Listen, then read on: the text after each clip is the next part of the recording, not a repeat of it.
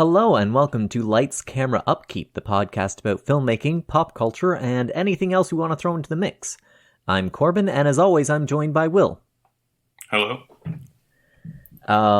So we're going to start this off on, a crappy, really upsetting note.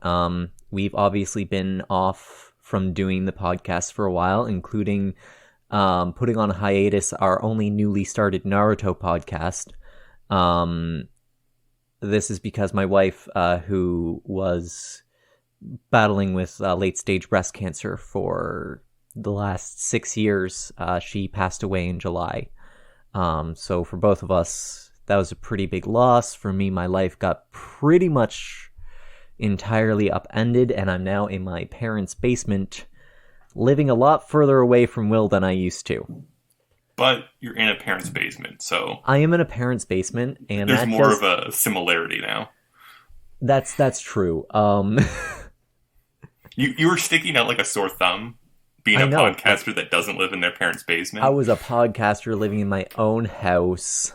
Yeah, and everyone's just like, whoa, look at him. La-di-da. Really, it was all going to come crashing down sooner or later. Just as a heads up, I do use dark humor as a coping mechanism. Don't be alarmed. I'm mostly okay. Mostly being the operative word. From now on, it is lights, camera, nihilism. We have given up on Magic the Gathering, and we have adopted a new game called Nihilism. I have almost given up on Magic the Gathering, just because there's never going to be a community here. There were these guys that started a store that was kind of a tabletop gaming store. It was called Zen Tech and Trade. They did computer stuff and gaming stuff. Mm-hmm.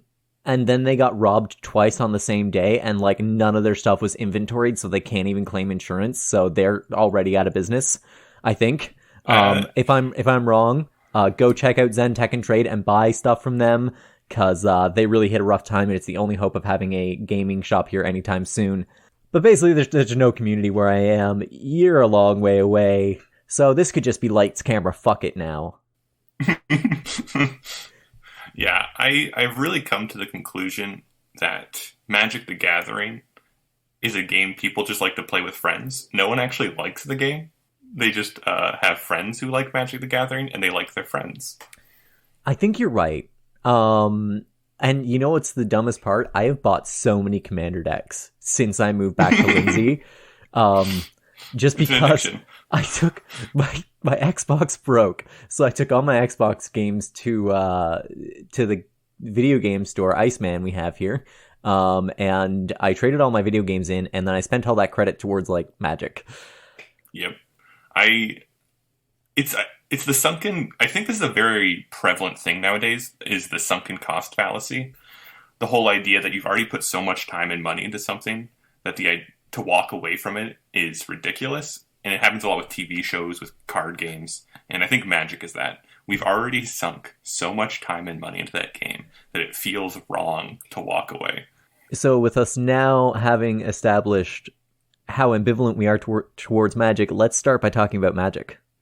Should we talk about the really bad or the comically bad?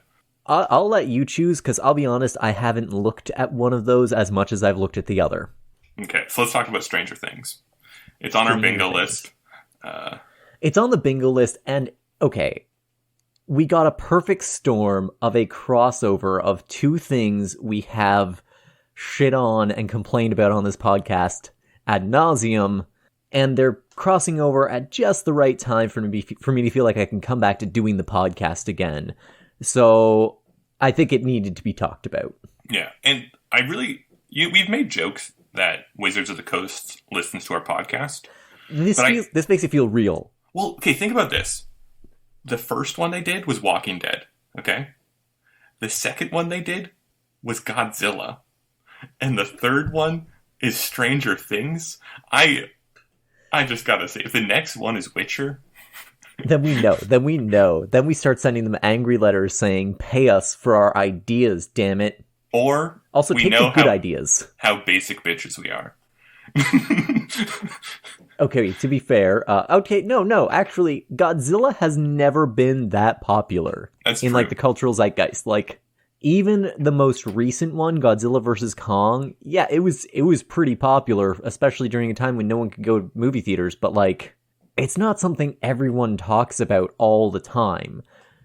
Stranger Things, there's always people who are going to talk about Stranger Things. Walking Dead, same thing. It was weird. They made the Walking Dead cards way post Walking Dead being popular. Way post. In fact, speaking of that sunk cost fallacy, I actually got to the end of my patience for The Walking Dead. Whoa. I tried to watch the season after they beat Negan. Yep. And within 2 episodes, they had a guy causing trouble, and then they put him in charge of the thing that everyone's lives depended on. And it went wrong. Big fucking surprise. So I was like, at this point, I'm officially done. That's a smart decision. So I really think the way we'll know if Hasbro is listening is if they make a Splice secret layer. If there's a Splice secret layer, then we know, because that's not popular. That's not good. Yeah. Nobody's gonna buy that except, like... Us. No, I won't buy it. That's I would. If there was a Splice secret layer, I would buy that. It'd be the first one and only one I buy. Okay, I think maybe for the fact that it's like, it's just so perfect. First R-rated secret layer. I play Raise Alien. Now I play Fuck Alien I Raised. It wasn't an alien, it was a clone. Same thing. So, Stranger Things. They made a secret layer. And I think it's one of the biggest secret layers in terms of how many cards you get. Because you get the whole... What are they called, the Stranger Things? Like the Mystery Crew, the Scooby Gang? What's their team name? You know, I've never thought of that. They must have one.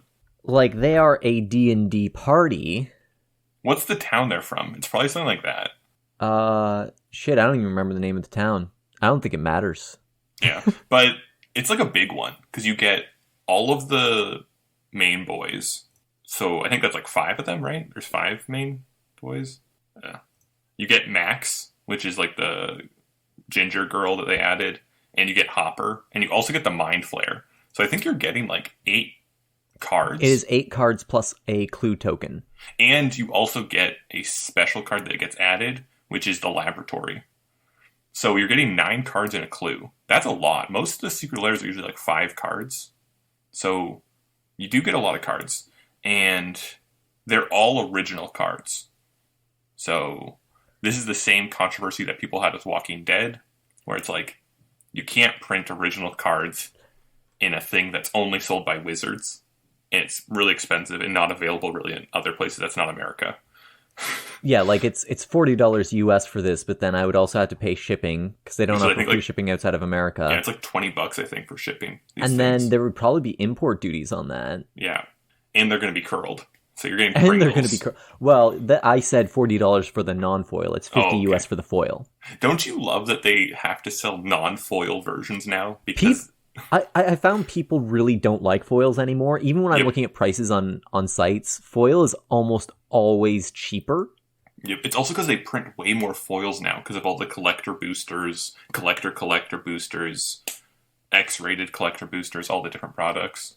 Like, they took a concept that people used to like, is like, ooh, card shiny, and they basically ruined it. Yep. And the thing is, their cards used to be good foils. Like, you can have some old Wizard Magic foils that aren't curled, but the new ones, within like 10 minutes of being out of the pack, they curl. So there's a bunch of Stranger Things cards. They're all new mechanics, so people are kind of mad about that. But Wizards did have a good work around this. So they have this thing called the list. It's kind of dumb, but it's like in set boosters, you have a chance to get a random card from Magic's history. And in the Mafia set that's coming out, every set booster, 1 out of 8, I think it's 1 out of 8, are going to have a Stranger Things card in it. So it's not going to be the Stranger Things version. It's going to be a Magic version, but with the same mechanics, and it's going to be the same card, which is a whole other confusing thing because someone who's new to the game will see 2 cards that do the same thing but have different names, but it's the same card. You can only have 1 copy of it in your deck, and that's confusing. Now, normally in Magic the Gathering, if they print a flavored version of a card that already exists, like they did with the Godzilla cards, they show the other name below it. Do you think they'll do that in reverse? Well, that'd be really weird. It'd be weird, but it's the only way that you can resolve the legendary creature rule without having to know. But it's like, I understand that, and I think they will do that maybe, but it just is such a flavor fail, I think. It is a flavor fail if it's got... Dorthiral the Avenger, who's also known as Will. Jeez. You never want it to be also known as Will. Yep. That's why I can't be a superhero, because that superhero will also be known as Will. Yeah. And that's just a if your sham. name's Will, you actually don't get to be a superhero because your secret identity name... It's so lame. Can't work. Also known as Will. Yeah. So the Stranger Things cards, they do look cool. Some of them are mechanically cool, and they all have this mechanic called Friends Forever, which, do you think they're going to keep that, or do you think they're going to change how the text is on the Magic version? Do you think they'll just change it so that it's companion instead of Friends Forever? Well, it can't be companion, because that's already a mechanic. Oh. No, it can't be partner, because that's a mechanic as well. It can't be ally. Yeah, that's... So I think they're going to have to keep it as Friends Forever. Maybe they'll take off Forever and just make it Friends. They're going to put buddies. Buddies forever. Buddies. Comrades. You and he were buddies. So the way that one works is it's basically like partner, but they can only partner with one of the other Stranger Things kids, which is why it's a shame that the Mind Flayer can't be their friend. That just seems non-inclusive. Actually, I also Hopper. No, Hopper can be their friend. Hopper. Oh, yeah. As their friend. Yeah, that's weird. I don't think Hopper should be able to be friends with Mike, because Mike is such an unbearable asshole. I don't think anyone can be friends with Mike. Because here's the weird thing. Let's say you play Hopper and Max.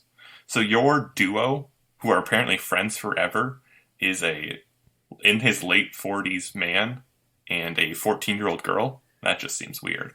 Your Magic deck seems weird. You're going to get looks. It's fine with 11 since she's his daughter. Yes. But anyone else... Because now he's just hanging out with his daughter's friend? That's weird. Yeah. So they all have mechanics that kind of care about clues and investigation, which is kind of cool. So a lot of people think, this is the theory, that the Magic versions are going to be the police officers of the Mafia world. And they're going to have like some kind of like, even though partner's already been used, some kind of like partner with partner mechanic, where it's like they partner with their police partner. And the Mind Flayer will be like, I don't know, a crime boss. Confetti. I really don't like them, the cards, because I just find the idea of playing a 13-year-old kid as my commander a weird concept. Can I tell you how many of them have art I actually like? How many? Gonna go with 2. None. Yeah. It's the Mind Flayer and 11. Yep. Mind Flayer looks so cool. Mind Flayer looks awesome. Hopper looks like too misshapen and sad. Dustin looks too young. Yep. Yeah, Dustin looks like a child. And Dustin's so lame, the card itself. It taps for mana. Ooh. Lucas is okay. I think Max is the worst. So Max looks, at the same time, both older and younger than she's supposed to be. And it just looks like... It doesn't look like a Magic art card. It looks like one of those old trading card games that fail, and you get one of them in like a cereal box, and it's the art done by some random person. Mike, once again, looks way younger than he ever has in the series. And then we get to Will. And which version of the Will card are you looking at? The fixed one or the original version? I'm looking at whatever's on Magic's website right now. Okay, so it's probably the fixed version. So does it have a homecoming sign behind him? Yes. So what letters are shown? HOMM. Yeah. So okay. In the original version, it was HOMO. For a character that is actually bullied because people think that he's gay, that is not a good choice, Wizards. Yep. Stop being as offensive as you always are. So when they first announced the card, it's Will's face, and it just says homo behind him, and it's like, oh man. So the one defense I'll give is that the artist, English isn't their first language, so there's a chance there was an accident. Like, it's hard. That was a hard thing to space out and put the letters, so it was just an accident. So I could give a pass to the artist on that, but someone else looked at it. Like, someone else looked at that, put it on a card, it was like, this is fine. You know they laughed. They did this, like, snicker, like, ha, ha, ha. Someone knew, and they're like, I'm going to see if we can get this through. And obviously you can't. Yeah, so it would have been funny if they didn't fix it, and a bunch of people got sent out these cards. And it'd be like, oh man, Wizards, are you going to ban it? Is this going to add to the list of insensitive cards that you have banned that people had to spend money for? So overall, I think if you're a huge Stranger Things fan, go ahead, buy them. Or but the don't. one thing just watch the goddamn show. That's true. The thing I don't understand is Wizards keeps trying to say that these crossovers are their way to get people who don't play the game to start playing the game. If you're a Stranger Things fan and you don't play Magic, are you buying these cards? No, you're not. It's overpriced tiny posters for you. Here's the thing. This isn't the first thing where I've been able to talk to people who are a fan of the property, right? Mm-hmm. No one I know, no matter how much they love Stranger Things, knows what a fucking secret lair is. Yeah. They're not going to order a secret lair from Magic, so that's not why. It's more they're trying to capture more properties to line their pockets, I'm assuming. Yeah. People who already play the game, but like the thing, will buy it. Like, I like what they did with the Godzilla set, where it was just in the actual set, you got cool Godzilla cards. You didn't have to spend extra money. They were just there.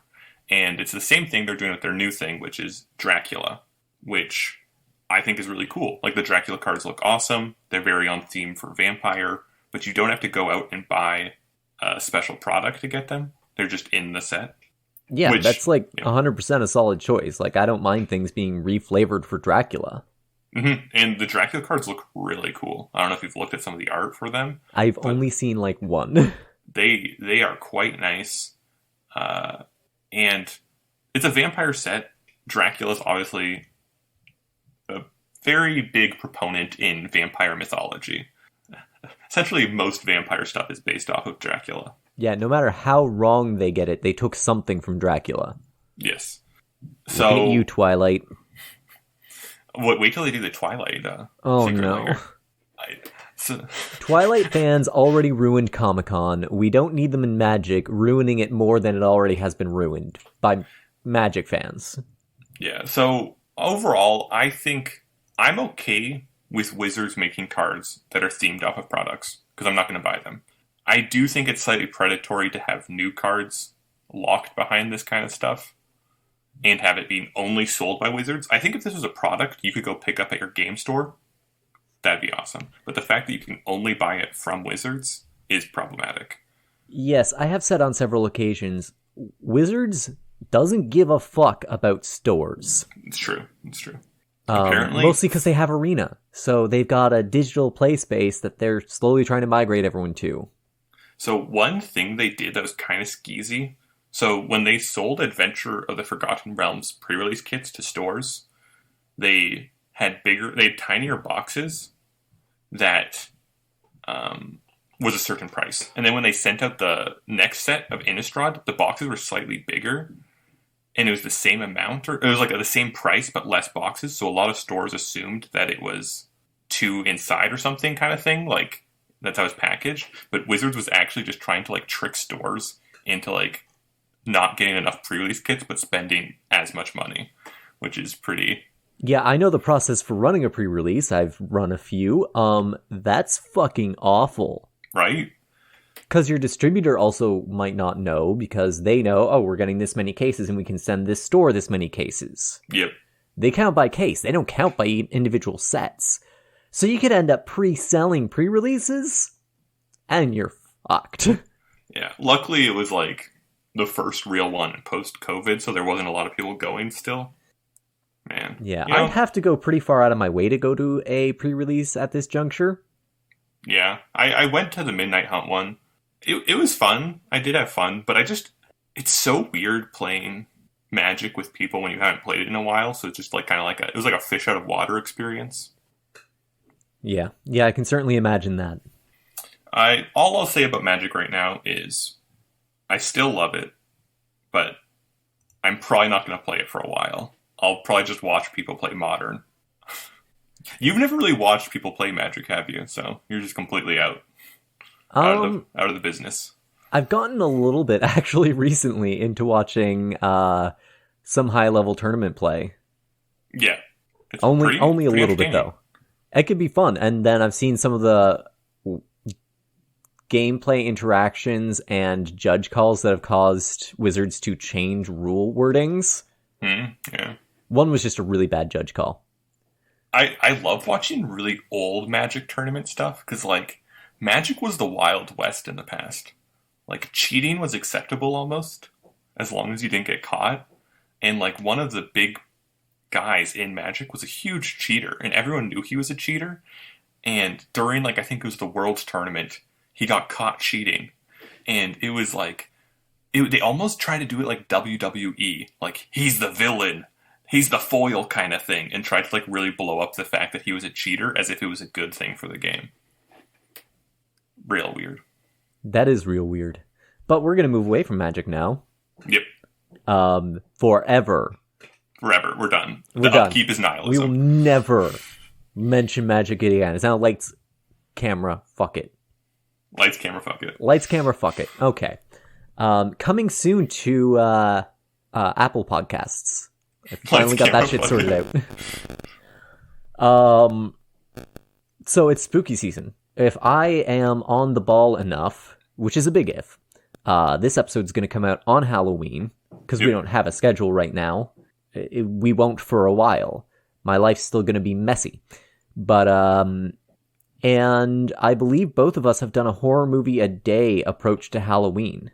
Yep, I've watched a lot of really bad movies for the month of October. Oh, so many of them are bad. Actually, I was surprised because, okay, I've watched, before this October, I had watched Return of the Living Dead, Return of the Living Dead 4, and Return of the Living Dead 5. Mm-hmm. Now, Return of the Living Dead 2 is a shot-for-shot remake of 1.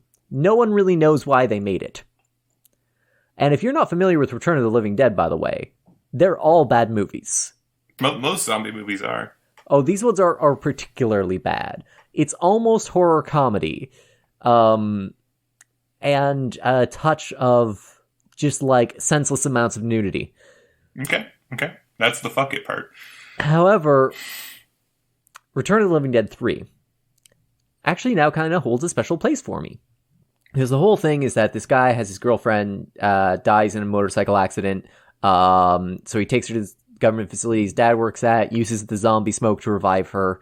And she comes back as a sentient zombie. Okay, warm bodies, yeah.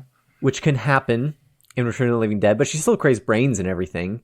And for the rest of the movie, he just refuses to accept that she will need to eat brains to survive, tries to always stop her, and constantly tells her that, oh no, you'll be fine, we'll be fine, it'll be fine, we'll be happy. Which I thought, wow, what a great metaphor for how people treat mental health. Yeah. I don't think they meant to do it. I think they were like, we're going to give this guy a zombie girlfriend, then we're going to have her pierce her skin with a bunch of stuff, and it's going to look like Queen of the Undead. And it did. They did do that, but I think they unintentionally made a great metaphor. About mental health. So somehow in this series that is entirely garbage, there's like something real in there. Yeah, that's interesting. I always like when you can clearly tell that a director or writer accidentally stumbles into something. There was like no like actual intention to do that, and it just results in something that's kind of like Evil Dead. They thought they were making a horror movie, and they made a comedy. Evil Dead 2 was my watch last night, which nice was a solid balance of it. Yeah, again, another movie where they remake the first one.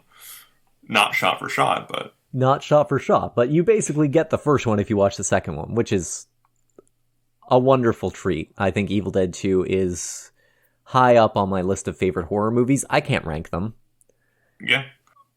So the difficulty in my October of watching spooky movies is one of the things that I made a rule was I wasn't going to watch any movie I've already watched. So it was all 30 horror films I've never seen before. Ooh, that is hard. Yeah, so I'd say a good chunk of them are movies that came out in 2020 and 2021. And do you have access to Shudder? I do not. Oh. I have seen Shudder. It's a very interesting service, but I am streaming serviced out at the moment. I have a trial of Shudder, and so I watched actually a really good horror comedy, but let's start with your list here. I already rambled about one of mine. So, lots of the movies I've watched, I watched an old, have you seen Bye Bye Man? I watched that one. I have seen Bye Bye Man. Oh, it's bad. Oh, it's real bad. But the thing is, all the movies I watched, Bye Bye Man really emphasized a thing that I've noticed in every single horror film I've watched. Any horror film that involves a ghost or a demon, their number one tool in their toolbox is gaslighting. So many movies I watched could just be boiled down to person gets gaslit by monster. And most of these movies just end with the gaslighting winning. There's no monster fight. There's no, getting clawed to death. It's just gaslighting until the person dies through gaslighting, essentially. And it's a really weird idea. But the thing is, I think it's actually a very poignant, almost like how you were saying you found something in your film. But most people in the past always said ghosts or demons when they meant mental illness, way back in Victorian era and stuff. And so I think a lot of horror films have still captured that in the idea that most ghosts and demons use gaslighting to try to make the protagonist, everyone think that they're mentally ill. And so that's the main thing I've taken out of all the movies I've watched, is that ghosts are really good at gaslighting. That was actually a really good reversal, and I'll call it a reversal for the fact that, it takes that concept and flips it on its head, that I found the Evil Dead remake did quite well. Mm-hmm. Where it does, it's the opposite. It's not mental health being blamed on demons, it's a demonic possession being blamed on a heroin addiction. Yes. Brilliant. That, of course people start dying, but... And so a lot of the movies I've watched have been like that. One that I watched that was different, it was a terrible movie, but it's called The Rental. Have you seen that one? I haven't seen that one. Okay, so it's made by a shitty person named Dave Franco. We won't talk anything about him.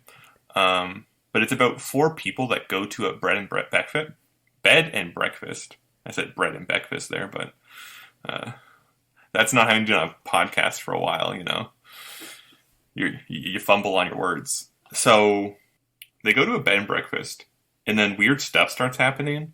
And it was basically just a public service announcement about making sure you look for cameras in your bed and breakfast. So it was odd. That's good advice. But there was a really cute dog in it. And that's the main thing I remember from that entire film. There's this really cute dog. Sometimes you get a great cinematic experience, and sometimes you get to see a cute dog. Yeah, and you know what? Cute dog with cute dog. So you want to talk about an actually good horror film? Yeah, let's jump into the one we both know about and both have things to say about, because I finally watched it at your suggestion. I watched It Follows. Yeah, it's so good. It is really good. First off, let me start by putting out why I really like it as a horror film. It does have some jump scares. Mm-hmm. But by the nature of it, it cannot rely on jump scares.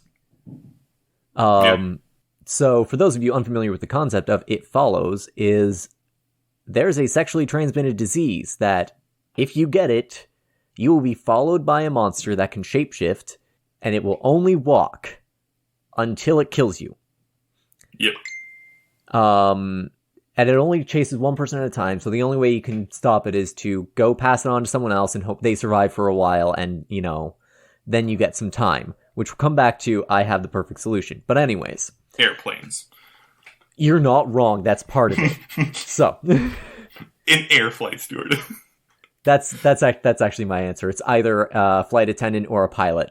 Yeah, but I'll explain why. We'll get there. So, taking that concept, first of all, making it so the creature can only walk, I think was a great way to really pace the movie, because you get a lot of scenes where you see it coming, you're building the tension, or you don't know if it's coming right now and it's building the tension. And the scene on the beach, I thought, was really well done.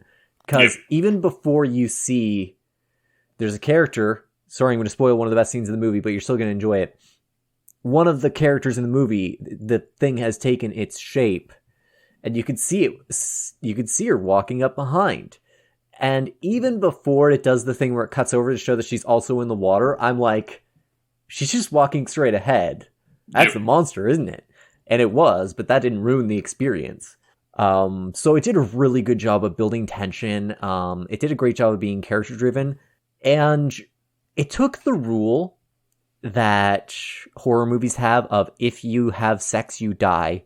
It made it super literal. And then I think it really also drove home how unfair that is. Yes. And I think it definitely mattered that it was a woman we were following for the entire movie.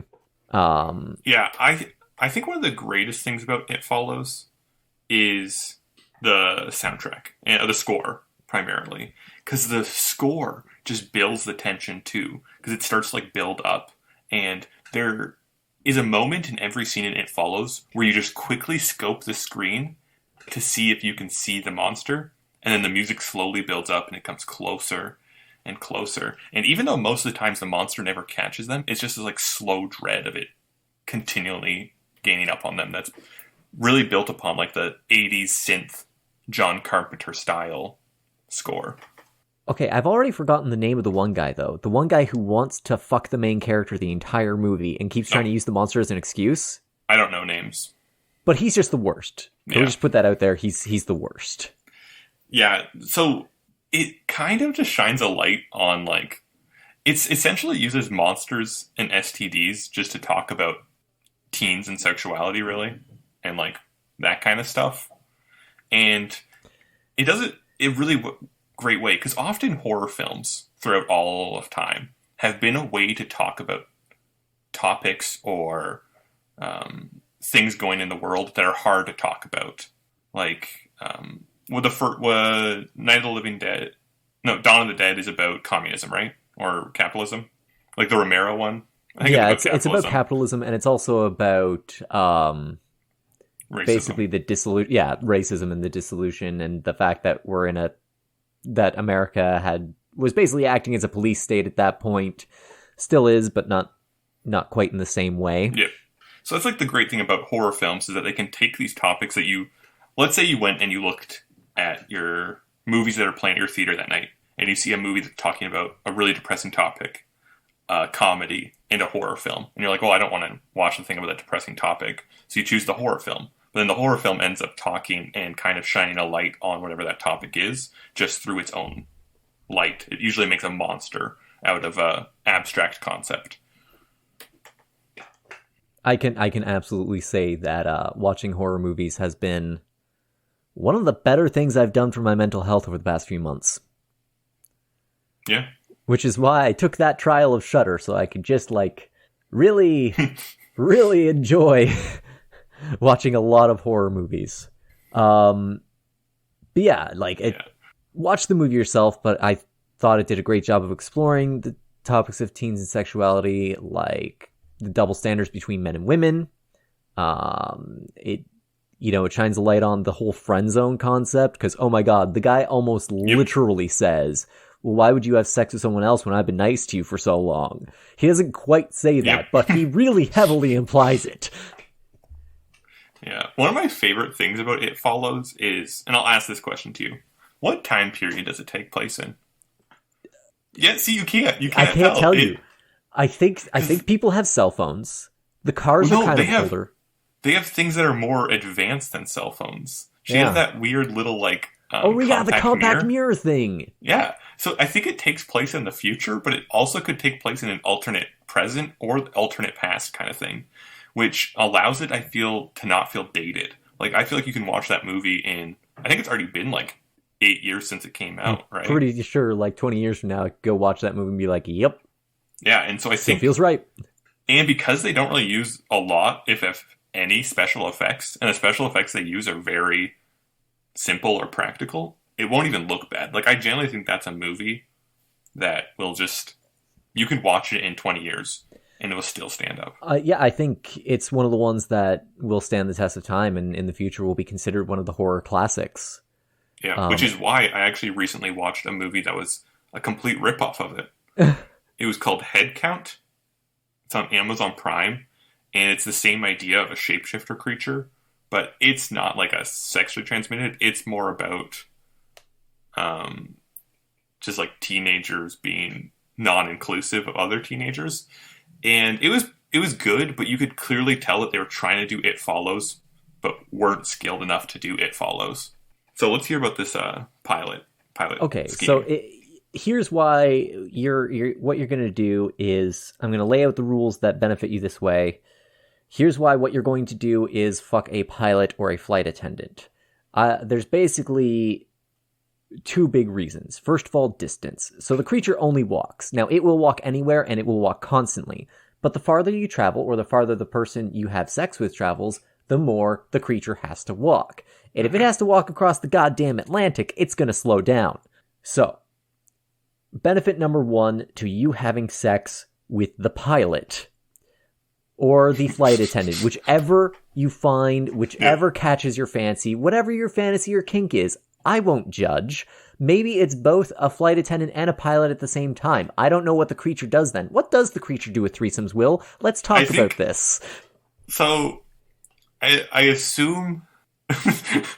yeah, that is an interesting... It is a good question, I know. The other thing about the creature is they never show this. How does the creature deal?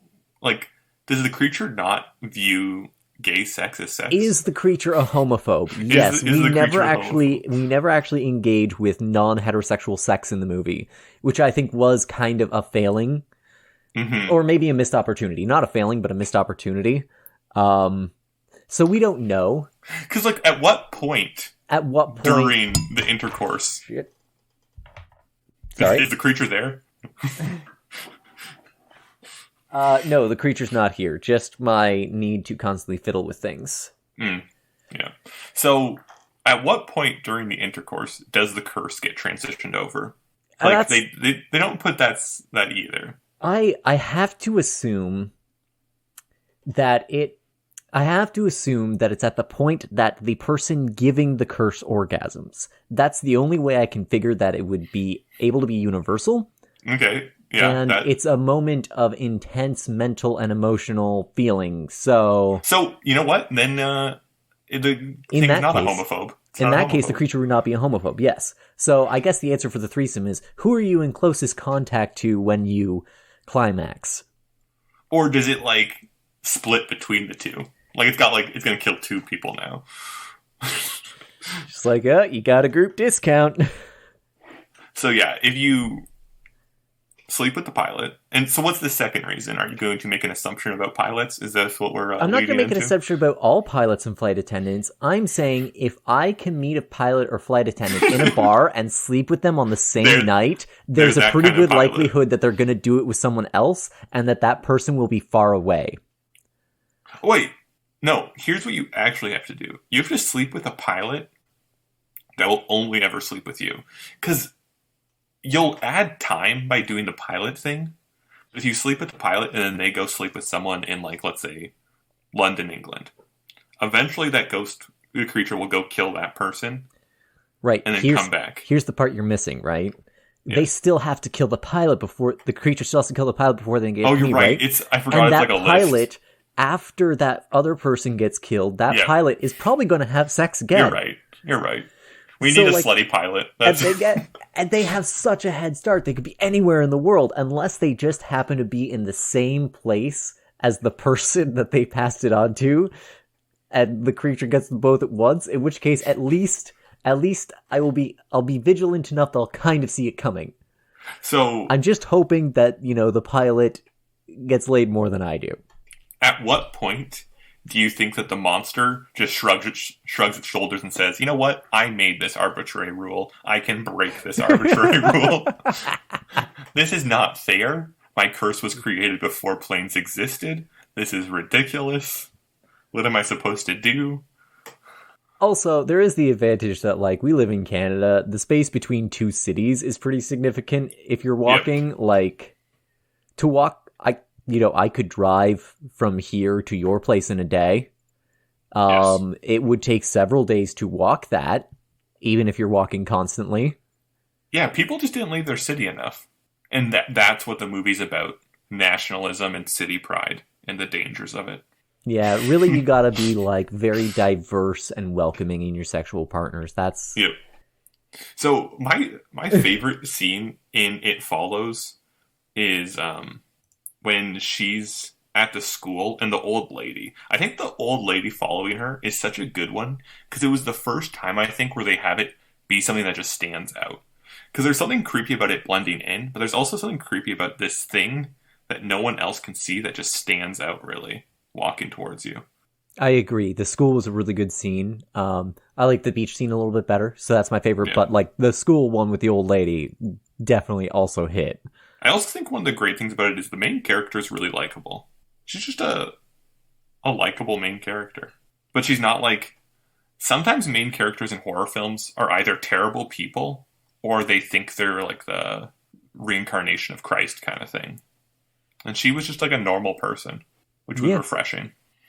Do you think... So let's talk about the ending. Let's fully spoil this movie. Okay. So in the end... Do you think they beat it? I don't think so, because all they did is...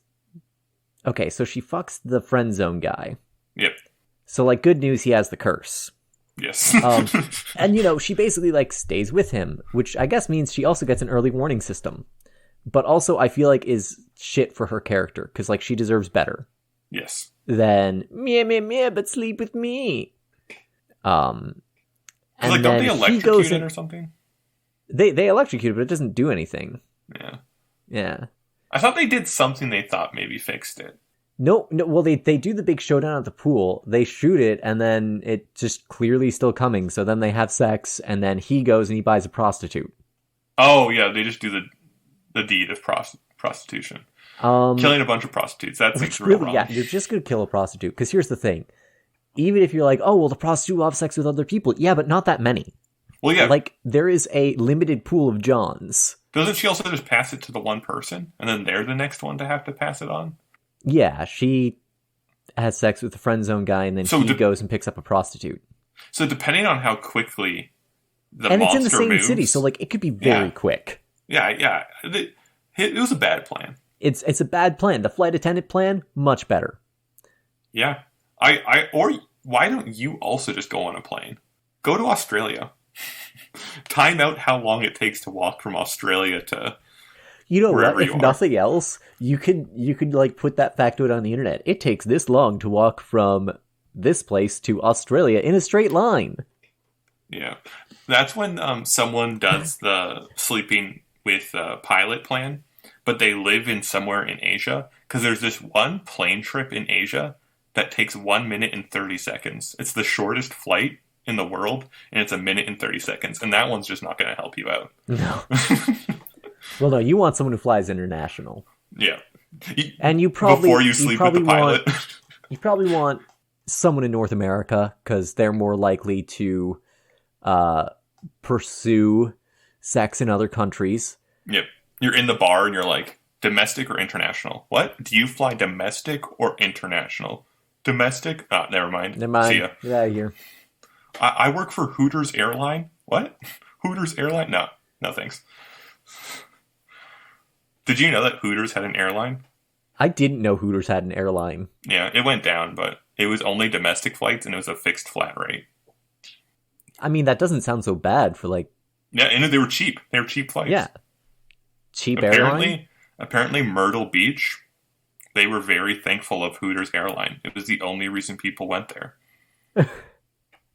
I feel like just because it's cheap, I would end up using Hooters Airline if it was still around, if I was traveling in America. Yeah, and it was actually just an airplane that had 2 Hooters people on it that did nothing except for 3 minutes they would do a trivia game.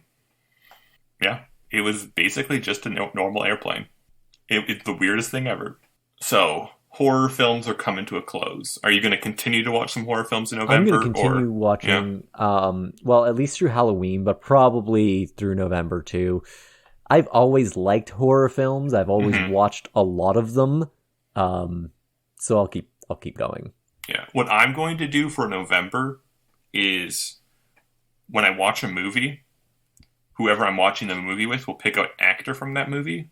And then the third person picks a movie that actor's in, or actress, and we just keep going. Kind of like a 7 Degrees of Kevin Bacon kind of thing. I kind of like that idea. Yeah, you get like a variation of movies, and it's kind of a random way to pick movies. Because sometimes I think the worst part of deciding to watch a movie every day is the part of picking what movie you're going to watch. I hate looking through streaming services with a passion. Well, I do have an extra layer of hesitancy. So obviously I have my own computer set up in my room, but I also have my big ass TV out in the rec room. But that's also where my younger brother's computer setup is, and he's 14. So I don't want to watch anything like too raunchy. So like sometimes I'm like, okay, I want to watch on the TV. What can I pick that's not gonna, if he looks over, is not gonna scar him for life? Yeah. So you do the thing where you go to, when you find a movie, you search up IMDb and go to Parents Guide. Yeah. To get some idea of what it's going to be like. With horror movies, I'm also actually pretty good at guessing. Yes. Like having an idea of how it's going to go from reading the description. Yeah, it's like, person skins and eats people and does other creepy things. And you're like, I don't want to watch it because clearly those other creepy things I do not want to see.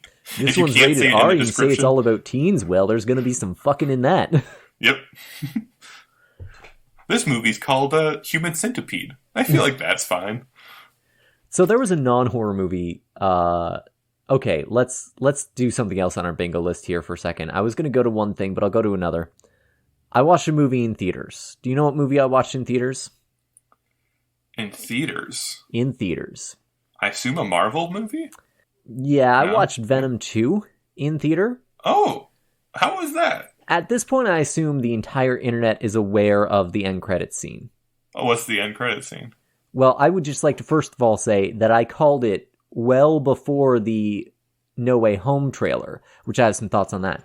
The end credits scene has Venom and Eddie Brock poof into the MCU. That's pretty cool. So they're going to use Doctor Strange to... So Doctor Strange is the Marvel equivalent of the Sony-Disney partnership? Well, Venom's going to be in the next Spider-Man movie, is where they're going with that. Yeah. But I feel like they're going to use Doctor Strange to bring the X-Men in, too. It's just like, this is how we do it. You are our legal contract as a character. So, I have a theory about the next Spider-Man movie, and the more I hear about it, the more I feel confident in my theory. And it both makes me happy and is disappointing because of our predictions. I think our predictions may be off. Oh, it was already off when I saw that Doctor Strange was in the third one. My belief theory? Is that after the next Spider-Man movie, he will no longer be in the MCU. Like Spider-Man? Spider-Man. The contracts have already had several breakdowns. People who like Spider-Man have been fairly vocal about not liking the MCU's take, even though we like Tom Holland. And Tom Holland is now Nathan Drake in the Uncharted series. He's looking for a new job. Well, he also apparently pitched an idea to Marvel for how Spider-Man could get into the Venom universe. Which this would do it. If there's a crossover of multiverses and he gets taken to another one instead of staying in his own, which would also deal with his anonymity problem. Don't know how that deals with the whole MJ thing, but... And just consider my only piece of evidence, the title of the goddamn movie. No Way Home? No Way Home. Yeah, I can kind of see that. I don't want it to be that because I love Spider-Man. Oh, but I don't think Spider-Man will be done. I think he'll be out of the MCU and into the Venom universe and into Sony's Spider-Man universe because they've wanted to do their own Spider-man universe for a while. I think Disney. This is their out. Yeah, and I think basically, if you're negotiating with Marvel and it's like, okay, well, we want to be able to bring Spider-Man back. Well, what can you offer us? Well, we'll put Venom in the MCU for a movie. Yeah. I think that would be cool. I do think this movie looks like a huge mess. Like, I think the third Spider-Man movie is going to be confusing to all hell. Well, they are doing Sinister Six. Like, they're finally actually doing Sinister Six. Yeah, but they're also doing the Brand New Day Doctor... Well, they're doing Brand New Day, but they're replacing Mephistophilus with Doctor Strange. Or Mistopheles, whatever it is, how you ever pronounce that. Yeah. But they're doing, like, a way late-game Spider-Man storyline while Spider-Man's still in high school, which is pretty weird. It's like, I feel like the same thing they're doing with the Batman movies, where I feel like they're doing Hush. They're doing Hush, right?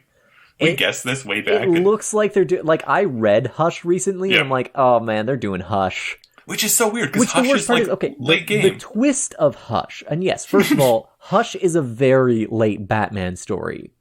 Like, it has the bombshell of Bruce revealing his identity to Selena Kyle. Yep, and getting married. Well, not getting married, but they want to get married. They want to get married, but they kind of fall apart by the end. But they come back together later. All of the Bat family's involved, including members of the... Nightwing. Yeah, we have Nightwing, Red Robin. Damian Wayne. Damian Wayne's fucking there. So it's a very late game Batman story. Also, spoiler alert for the comic book Hush, the fact that Riddler is the man behind Hush is the twist of the goddamn comic. Yep. So making him just openly Riddler from the start does not work. Yeah, and like, are they going to do the whole thing with, like, Riddler knows that Batman's Bruce Wayne because of, like, the whole Lazarus Pit kind of stuff? I doubt it. They're gonna do semi-Hush, but tweak it, kind of like they did semi-Planet Hulk, but tweaked it. Yeah. Where he didn't get a lot of the oomph of Planet Hulk.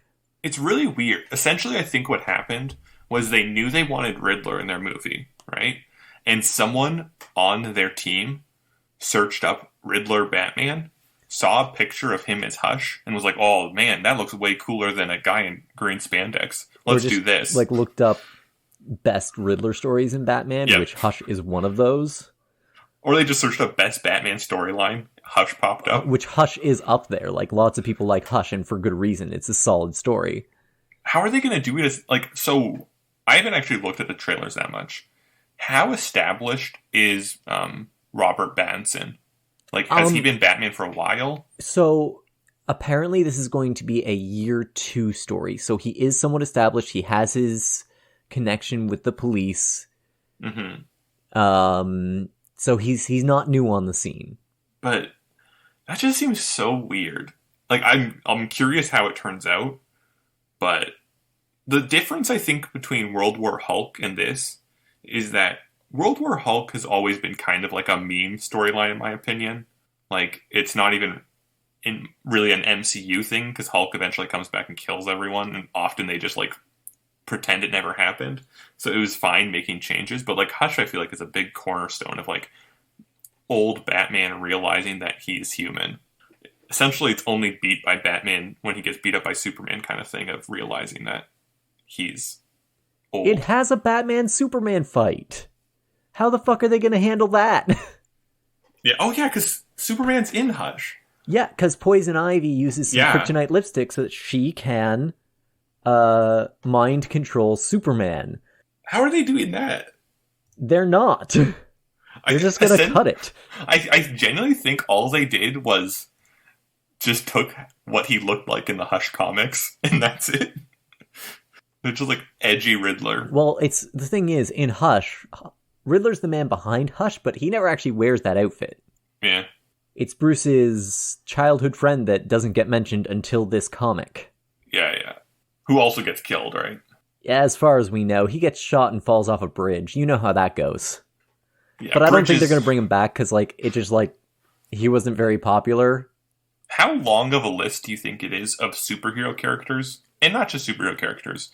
Characters that get shot, thrown off of bridges, and don't die. Like, I think the whole trope of it started with Sherlock Holmes, right? Yeah, and the worst part is... Isn't that how Sherlock dies in the original? In the original, way back, and Sir Arthur Conan Doyle got, like, threatened and had to change it. Yeah, he wanted Sherlock to actually be dead and then brought him back. And once he did it, everyone's like, well, we can do that now. Yeah, they're like, well, bridges aren't deadly. You can get shot and thrown off a bridge and you don't die. People say in comic books, the thing that ruined death in comic books was the death and return of Superman. Yeah.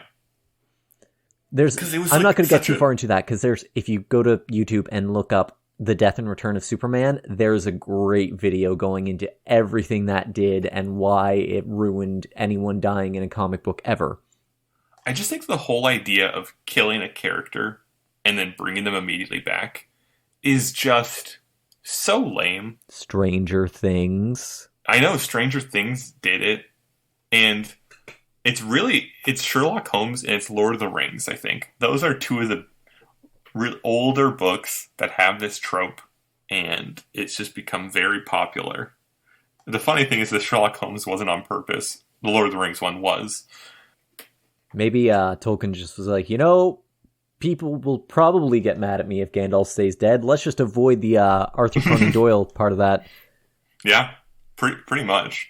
I think when I look at people talking about Tolkien and I read what he actually wrote, when people are talking about all of his intentionalities, I think a lot more often than people think, Tolkien was just making shit up. Yep. To answer the many, many questions he got. Like, he did do a lot of planning, but I think he was like a dungeon master, I think he had a lot of things planned out, but people asked him questions he didn't expect, and he just made shit up. And when I see people talk about Lord of the Rings like there is a definite finite answer to everything and you must follow it, it's like, can we just like chill out and enjoy it for the decent fantasy story it is? Yeah, I'll say something controversial here. I actually am not a fan of the books. I found them dreadfully dull. They're so wordy. I was like, geez. Especially, isn't there like 40 pages where they just talk about like different hobbit-sized penises? Kind of like, well, these hobbits have penises that are this big, and well, the hobbits. I don't know. I've one. never actually read the books in their entirety. That could be in there.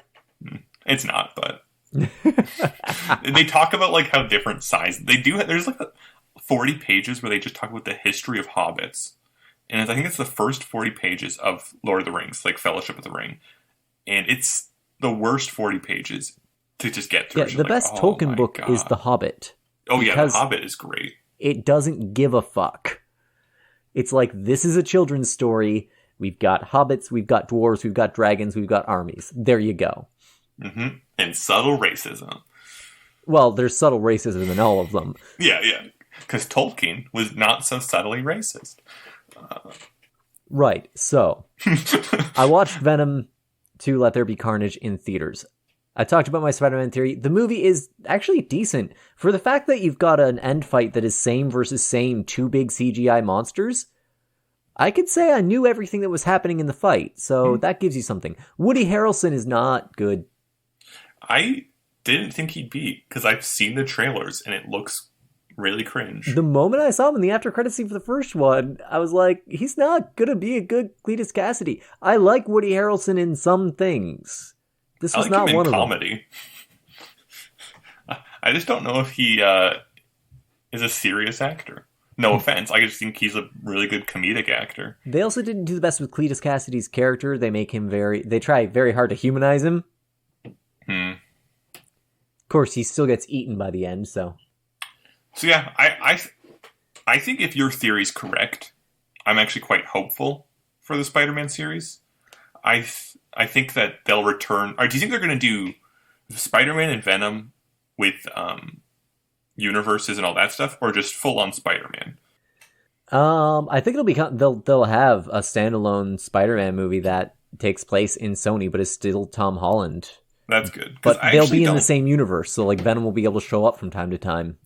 I don't like Spider-Verse as much. Like, I think it's a cool storyline, but it's probably one of my least favorite Spider-Man storylines is Spider-Verse.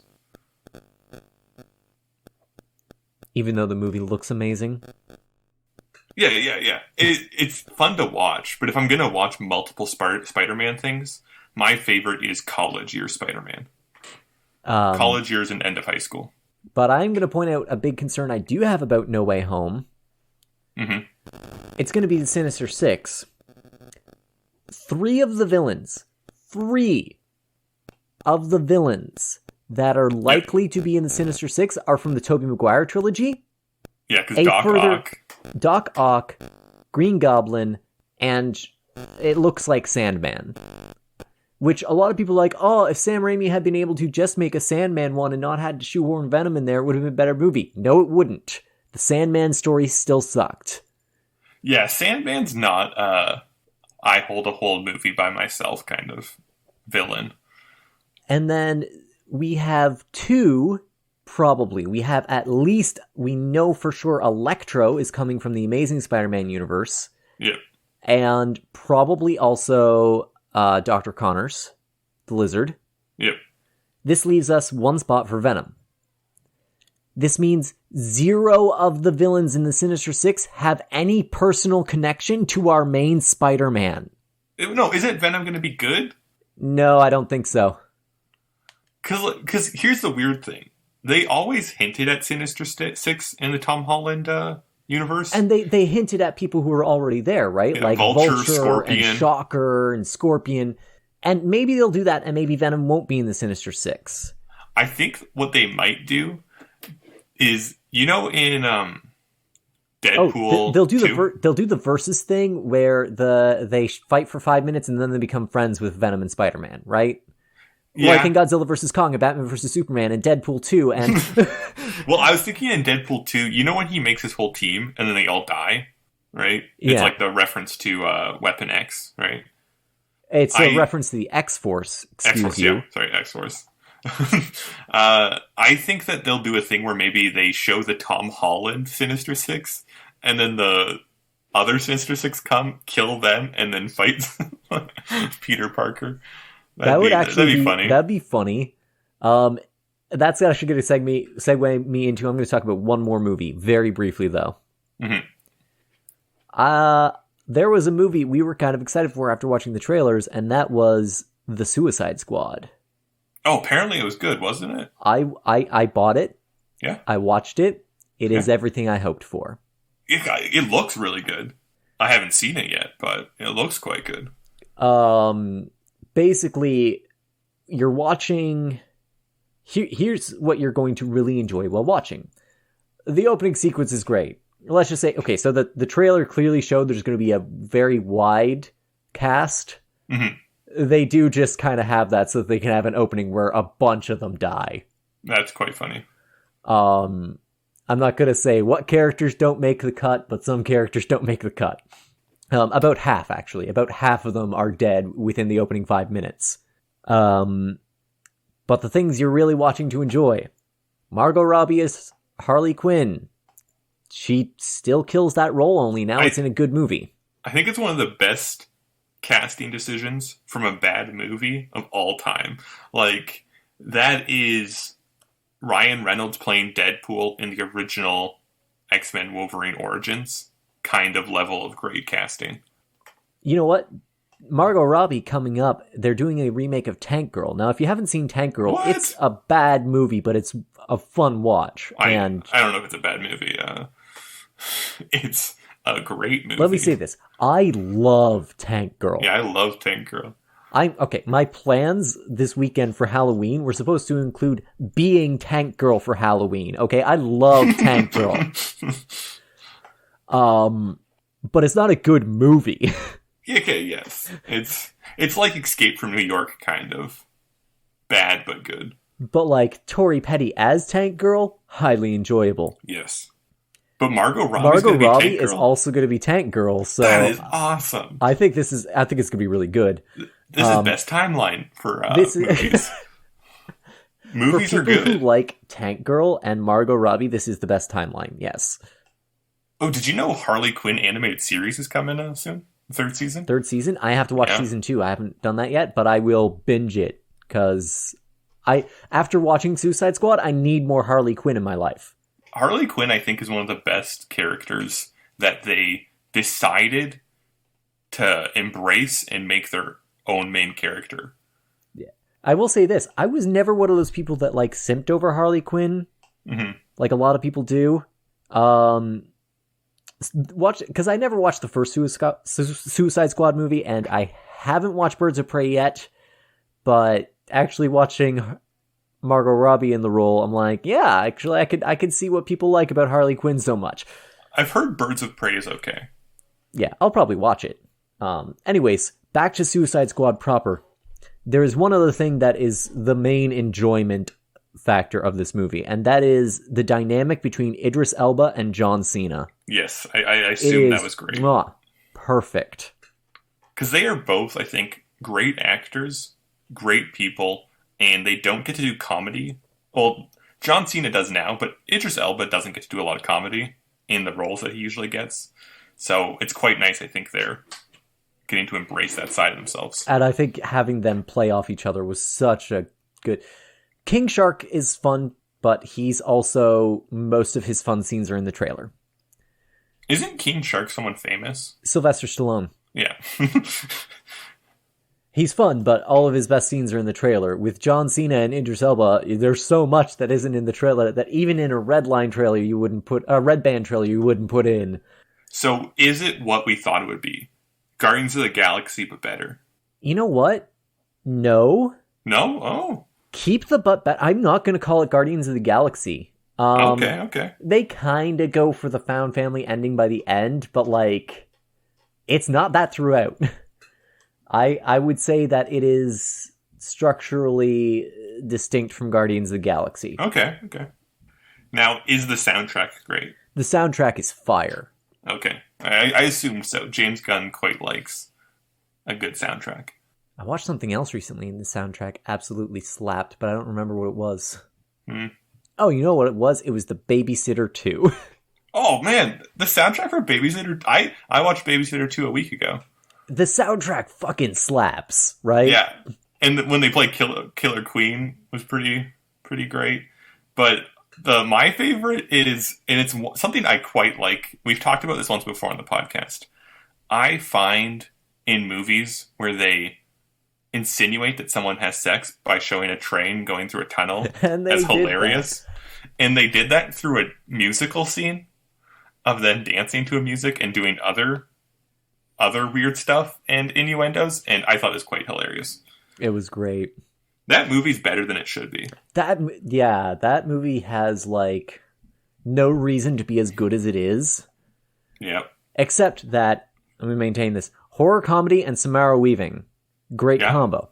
Because she's in that Ready or Not, right? Yeah, she's also in Mayhem, which I watched. It's on Shudder. It's a good one. Great horror comedy. Has Stephen Yeun and Samara Weaving. You know who she kind of looks like? Margot Robbie. No, I watch it. It's like, especially when you're watching Mayhem and she's doing the full crazy, it's like, this could be a Harley Quinn audition. I see it. Yeah, Babysitter. I love when you watch a movie and it's better than it should be. Like, it's like, there's no reason this movie should be good, and it is. And I think Babysitter, and Babysitter 2 in particular, because... I thought the sequel was going to, like, really drop the ball. I'm like, following up, because the first one was pretty good. Mm-hmm. I thought, trying to do the same thing again, but nope, it's still fucking fantastic. Well, it almost seemed like the first one, they tried to be somewhat normal, even, like, with everything they do. In the second one, it was almost like the director was like, oh, I can do whatever I want. I'm going to have weird dance scenes. I'm going to have weird flashbacks that are in, like, grainy cinema that's almost like an old B-movie kind of look back at how these people became bad guys. There's some text-on-screen transitions where I'm like, you've been watching some Edgar Wright. Yeah, it did feel like heavily inspired by that kind of really snappy, purposeful editing. Well, I think we've done a fair amount of off-topic rambling. Is there anything else you want to get in here? Not really. All right. Well, that's going to do it for this week. We'll be back another time. I don't know. My November kind of looks crazy. Including, like, actually getting into therapy. I gave a thumbs up. You can't hear it. I heard the thumbs up. You heard the thumbs up. Well, I didn't know this. You have a superpower. You can make thumbs ups transition over audio. Well, I'm sure you, Will, can hear my thumbs ups, like, no matter when I do them. Like, that I believe. I just don't believe that everyone listening could hear my thumbs ups. Like, even without a connection. Like, I'll be lying in bed sometimes, and I'm just like, whoa, Corbin just did a thumbs up. It's a thumbs up kind of day. But yeah, we'll be back on eventually. If I put this up tomorrow, I'm probably doing a Halloween stream on Twitch. Go check that out. And listen to our old episodes about Naruto to get ready for when we eventually start that up again. Yeah, and I bet we have another Halloween episode. We probably have more than one pseudo Halloween episode out there that you can find. Probably. I think we've done like proper ones, and definitely we've done tropical creams for both slashers and zombies, so those I think count. So if you find this, you enjoy this, and it's on Halloween, there's more. There's always more. Do we have an outro? Goodbye. We had a really bad outro. It was like weird. I think we said something weird. And you know what? I feel like this is it. This is our outro. Yeah. Rambling. Awkwardness. I eventually just, when I'm editing, I just find a place to cut it.